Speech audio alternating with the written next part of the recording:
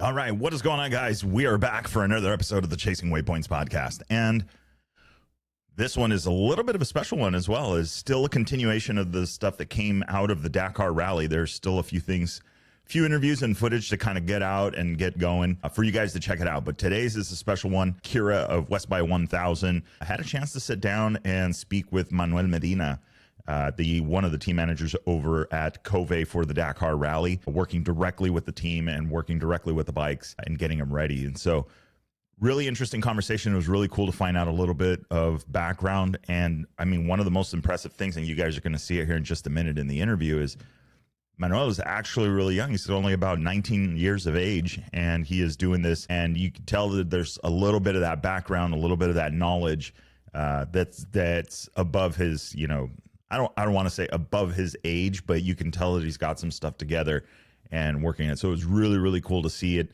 Again, a fresh team, the Kove, 3 years into the Dakar Rally, making statements. First year, nobody knew who they were. The second year, people started watching, and now this third year, even more people watching. And with the expansion of the team and now offering customer rides. So one of the largest manufacturer representations at the rally this year at the 2025 Dakar Rally. So it was really cool to hear the conversation with them and see the conversation. So with that being said, let's jump right into it. I hope you guys enjoy. And then don't forget, if you enjoyed the conversation, hit that like, share, subscribe button and all of that stuff. And we'll see you for the next episode. Here's the interview. All right. So future Victor here. Before we get into this interview, the Dakar is a very loud place, and it is very hard to compete with a lot of the different things going on, generators and background noise and interviews and stuff like going on. So just as a FYI, we're using Riverside.fm to basically edit and do all of this stuff, but they have a neat feature that helps reduce that stuff. It's like a magic audio feature. It does reduce that background noise, almost eliminates it completely, as you guys are going to hear here in just a few minutes, but it's not perfect. It does have a little bit of some ghosting and some different things in the audio, but it's pretty worth it. It cleans it up so well, and it makes it a little bit easier for everybody to hear and understand what they are saying. So there's been a few comments made on the channel. I've been using it for a little bit, again, using it to clean up interviews and things like that, just strictly to get rid of some of that background noise and to really allow the presenter and the person being interviewed to actually get their voice across and hear the message a little bit clearer. But okay, that's enough of future Victor. Let's get to the interview. With Manuel, also affectionately known as Manu, and he is the Super Soon Kove team manager and logistics. Great. And you're from Spain, right? Yep, so Yes. Spain. Yes. And so, how did you get into this sport? What's your background? How are you involved in racing? And what essentially led you to Denmark? Since I was very young, I always used to watch it on TV and watch these guys ride around in my hometown. And that's the thing I always liked since I was young. Maybe I started with some local rallies, helping these guys there, getting up to here to the big one, to Dakar. Now, people wouldn't realize this. People think that this is an incredibly long journey, right? And the truth is, you're quite young, all things considered. You said 19. Yep. And when did you really start working in this? How long have you been doing it? So I'd say maybe 2 or 3 years ago, I started working properly in some rallies as organizer or helping other riders like Mason Clay in other rallies in Morocco. And then, yes, our paths crossed with Kove, and they offered me this opportunity. So I didn't think about it twice. I just head down here, and here we are. Yep. And to me, it's already super difficult to do when you've been in this industry for a long time and when you're old like me. So, how does someone who can, earn the respect that they need to be considered for such a big job? Yeah. Well, for the respect, you gotta earn it yourself. You show yourself you're valuable and you're productive to be of the role. You'll get the respect by itself. I think it's just working it off yourself. Yeah, that's true. So many senses. Yeah. And okay, so you yourself, do you ride, do you race, drive? What do you do for your own passion? Sure, I think all the guys around here, if you're here in Dakar, is because you like it. Because otherwise, there's no possible way of surviving this if you don't like it. But yeah, I ride amateur, like weekend rides and chill rides. But yeah, Dirt, everything. What do you ride? now mostly off road, Baja, rally, and yeah, some Euro. Mostly off road. Yeah. Well, now that you're at Kove, you know the influence of, and you also understand what went to the bike production. Let's talk about building a Dakar spec bike and what do you have to consider when you're outfitting it to ride something as punished as Dakar. You gotta take a lot of things into account. You gotta make a bike that survives the whole 7,000 kilometers we can do throughout a whole Dakar. A lot of hours on the bike. They go through all kind of terrains, rocks, sand, cold, hot weather. You gotta make it for everything, and also to last at least 200 kilometers with fuel range. So you gotta feed at least 30 liters of fuel. So you have to take a lot of things into account. And also the level is pretty high. You've got all these other European and Japanese brands that you gotta get to that level. And Kove is really working hard on getting to that level and just not getting to it, overpassing the levels. And a lot of hours are being put and working from factory. Everybody is working really hard. Yeah. And so, are there any specific components that you use, let's say, that would differ from commercial bikes?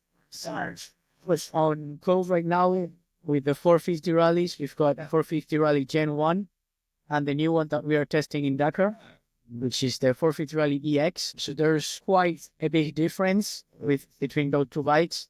We've got the Gen 1, which is more kind of the entry-level bike, a bike that will get through everything. That's perfect bike for the everyday rider and for the guys that just want to enjoy the riding out there in the desert or in the mountains. And then you've got the EX model, which is a proper Dakar winner bike. That bike has proven that can be on the top positions. So it's a different bike, a bike with more horsepower, bike that needs more maintenance, a bike that will get you to win the Dakar. The other bike is for a weekend ride bike that will get you through everything with no maintenance at all. Last year, we had one Italian guy racing the unsupported class, the Malemoto, and during the whole 9,000 kilometers and the 14 racing days, he changed his oil only twice. So it proved how he's, a proper Dakar machine that maybe you won't win Dakar with it, but you will reach the finish for sure. So it's a great bike for privateers, right? Sure. Yeah. That's the bike for the privateers. Yeah, absolutely. And so, okay, you guys have been developing this new bike, the EX. Have you already been able to take the data that you've been using at Dakar and in training and start sending it to the production team for the commercial for the collector?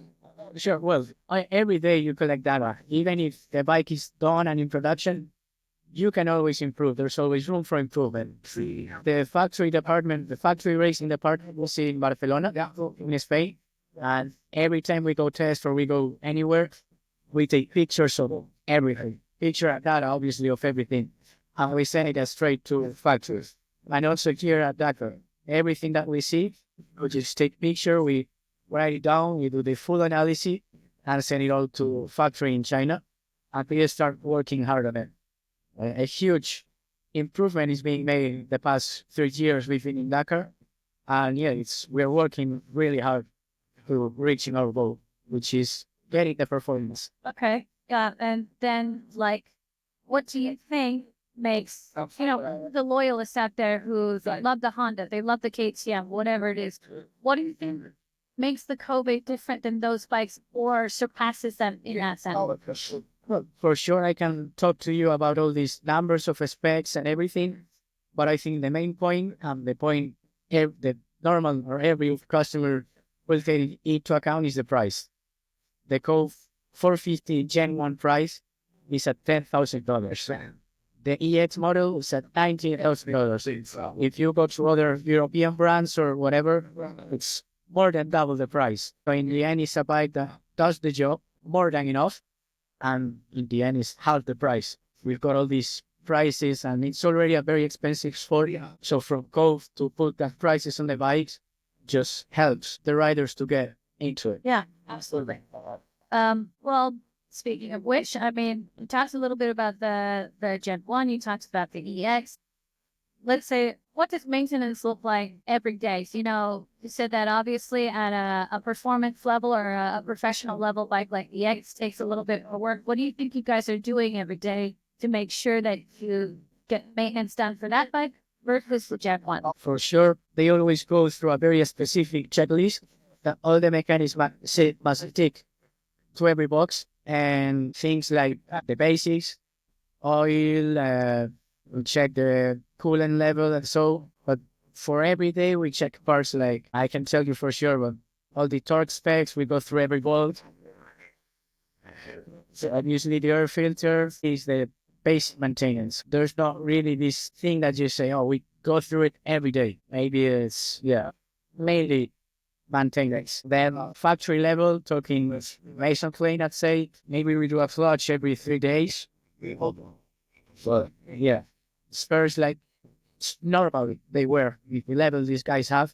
But for a normal rider, we have these guys in Palemoto, so racing with the EX, they do a quick run over on the bike, oil change, pads, but not that much. Yeah, that's surprising. I mean, for a lot of people, especially who don't have a giant factory team behind them and all these mechanics, it's nice to know that there's a bike out there that is approachable in price. It rides well out in the desert or any condition, and it's easy to maintain. For sure. Yeah. Also now this year at Dakar, Kove introduced this clients help that they show up with a Kove, and any spare part they will need, Kove will provide for them. So maybe let's say you break your chain guide. Yeah. Kove is here for you. They will hand you the spare part. Awesome. Any kind. Awesome. Headlights, fairing, whatever you could possibly need, Kove has it for you here. Very unique. Yeah, that's great. And so have you gotten any feedback so far from the riders who've been, the first week? And clearly they all have their own issues and other successes. So what have you heard back, sort of privateers? We've heard from all kinds of voices and languages, and the one thing everyone agreed with is how well the bike manages. Its weight distribution and its power is incredible. Everyone is loving it, through rocks, through dunes, everywhere. They had some kind of problems you can have in any race, like crashes, you break a handguard, you maybe pinch a fuel tank, but all this was fixed, and they were just loving it, loving every moment of it. That's great. And so have you gotten any feedback from anyone, either your audience or maybe even other people in the big web? Yeah, well, everybody, first we have had 3 years of Kove at Dakar. First year, everybody really didn't pay attention. They thought just some Chinese guys showing up with the bike, no big deal. But now they're really putting the bike out there. This year, we are the second biggest manufacturer at Dakar, 12 bikes on the grid. Yeah. And right now on race day, we are 12 out of 12. 12 bikes started, 12 bikes are running right now. And still, everyone now is really paying attention to us. We are proving we can be fast on top and also reliable for the everyday rider. And everyone is really paying attention to us. Interesting. And, obviously we've talked about how sometimes, haters are going to be out there. And, I feel like a lot of people who have badmouthed the brand in the past have maybe changed their mind a little bit. What would you tell someone who initially has a bad opinion or has something negative to say about the brand bikes? Well, first of all, the haters gonna hate. That's the thing. So, no, but taking those kind of people apart, we have proved ourselves. The 3rd year already, we have proved how we work, how reliable we are. And there's always this stigma with the Chinese bikes, but we have proved the Chinese bike is here to stay. Yeah. And it's here to work out. yeah, it's really holding up. And it's I agree. I think that, it's all about doing, you can say all the things that you want to do, but really showing people what is good and what you're capable of is always the best action. sure. Yeah. And so do you guys plan to take the bike to any other races this year, or is it just a big prep for the next Dakar? No, sure. We work throughout the whole year. Dakar is the main goal, but we've got 11 months left on the calendar. So we just keep doing other Spanish national races, some other from the W2 CRRC Championship, and a lot of testing in Morocco, in Spain, in China, all day long testing and just improving and riding the bike, just putting hours and hours into it. What's going to be the next one, or let's start with what's the next race that you guys are going to do after that?